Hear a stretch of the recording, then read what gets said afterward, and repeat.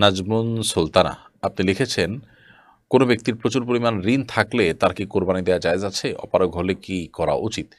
প্রচুর পরিমাণে ঋণ যদি কারোর থাকে এবং ঋণের জন্য প্রেশার আছে ঋণ পরিশোধের জন্য, তাহলে সেক্ষেত্রে তার কোরবানি না দিয়ে ঋণ পরিশোধ করাকে অগ্রাধিকার দিতে হবে। তার জন্য ঋণ না দিয়ে কোরবানি দেওয়া জায়েজ নাই। আর যদি ব্যাপারটা এরকম হয় যে ঋণের যে দায়িত্ব সেটা তিনি আদায় করার জন্য কোনো সিস্টেমের মধ্যে তিনি আছেন, সেটা তিনি আদায় করছেন, করবেন এবং কিস্তিতে দিয়ে যাচ্ছেন নিয়মিত, কোনো অবহেলা নেই এবং সেটা এখনই দিয়ে ফেলতে হবে এরকম নয়, দায়নি মুআজ্জাল নয়, বরং সেটি সময় নেওয়া আছে, আপনি সেই হিসেবে দিচ্ছেন।